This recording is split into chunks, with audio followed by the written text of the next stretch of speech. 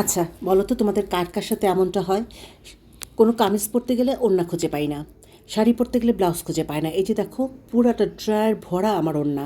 একটা ওড়না খুঁজতে গিয়ে সব ওড়না বের করে আবার নতুন করে গোছালাম। হাই এভরিওয়ান, আসসালামু আলাইকুম। কী অবস্থা?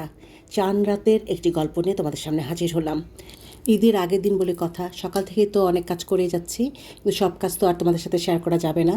তাই ছোট্ট আকারে আমার কিছু ক্লিনিংয়ের কাজ, দেন কিছু ডেকোরেশনের কাজ তোমাদের সাথে শেয়ার করলাম।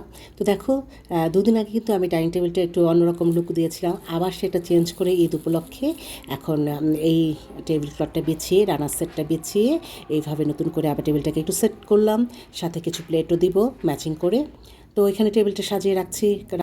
সব সময় ঈদে আমি নিজে না সাজলেও আমার ঘরকে কিন্তু সাজাতেই হবে। তো ঘর সাজুক সবার আগে, আমার সব সময় এটা মনে হয়। আর কোরবানি ঈদ বলে কথা, আমার আম্মা বলতেন এইটাতে কোরবানি ঈদে তো একটু আলাদা, অনেক বড় একটা খরচ থাকে সবারই কম বেশি, তো এই কেনাকাটি একটু কম করতে হয়। তো সেভাবেই চিন্তা করি এখনও, সে কথাটা এখনও মনে আছে।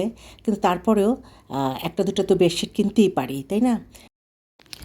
ঈদের আগে ঘরটা না গোছালে, নতুন চাদর না বেছালে কেন যেন ঈদ ঈদ মনে হয় না। তোমাদেরও কি এমনটা হয়? কমেন্টস করে জানতে ভুলো না।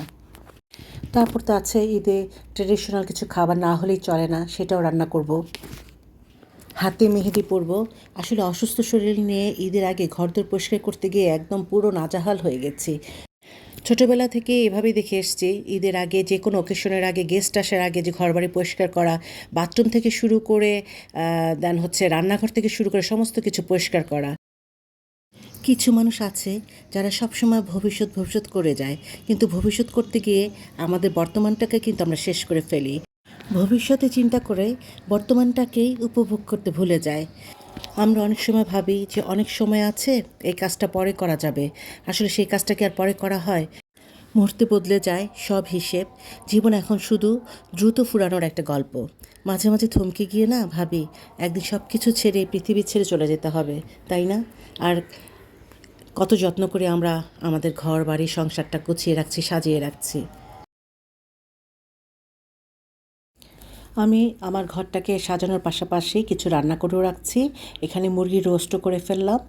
আর আমি যে মাছটা রান্না করছি, এটা তোমরা অনেকেই চেনো, বাইং মাছ, অনেকে পছন্দ করো। এই বাইং মাছ নিয়ে একটা গল্প আছে, সেটা তোমাদের সাথে শেয়ার করি। তোমরা নিশ্চয়ই অনেকেই জানো যে মা যে জিনিসটা খেতে চায় না, অনেক সময় কিন্তু মেয়েরাও কিন্তু সেই জিনিসটা খেতে চায় না। তো ছোটোবেলা থেকে আমার মাকে দেখেছি কখনো বাইং মাছ খেতেন না, কিন্তু আমার বাবা অনেক পছন্দ করতেন।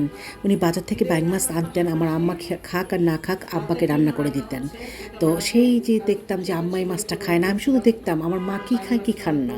তো সেভাবে আমিও ওই জিনিসগুলো খাওয়া শিখেছি। দেন আম্মা যেটা খেতেন না সেটা আমি খেতাম না কখনোই। তো অনেক দিন আগের ঘটনা, আমি আর তোমার ভাইয়া একদিন একটা হোটেলে খেতে গিয়েছি। সেখানে তোমার ভাইয়া বলে কি বাইং মাছ ভুনা দেন তো, আর খেলো আর কি, ভর্তার পাশাপাশি বাইং মাছ নিয়েছিল। সেই হোটেলটাতে সেই মাছটা খেয়ে আমি এত মজা পেয়েছিলাম। তখন তোমার ভাই আমাকে বলেনি যে এটা বাইং মাছ বা কী মাছ, বলেছে খাও একটা মাছের খুব মজা। খেয়ে তো পরে বলে কি এটা বাইং মাছ। পরে সেদিন মানে খেয়েই তো ফেললাম। তো যাই হোক, খুব ভালো লেগেছে।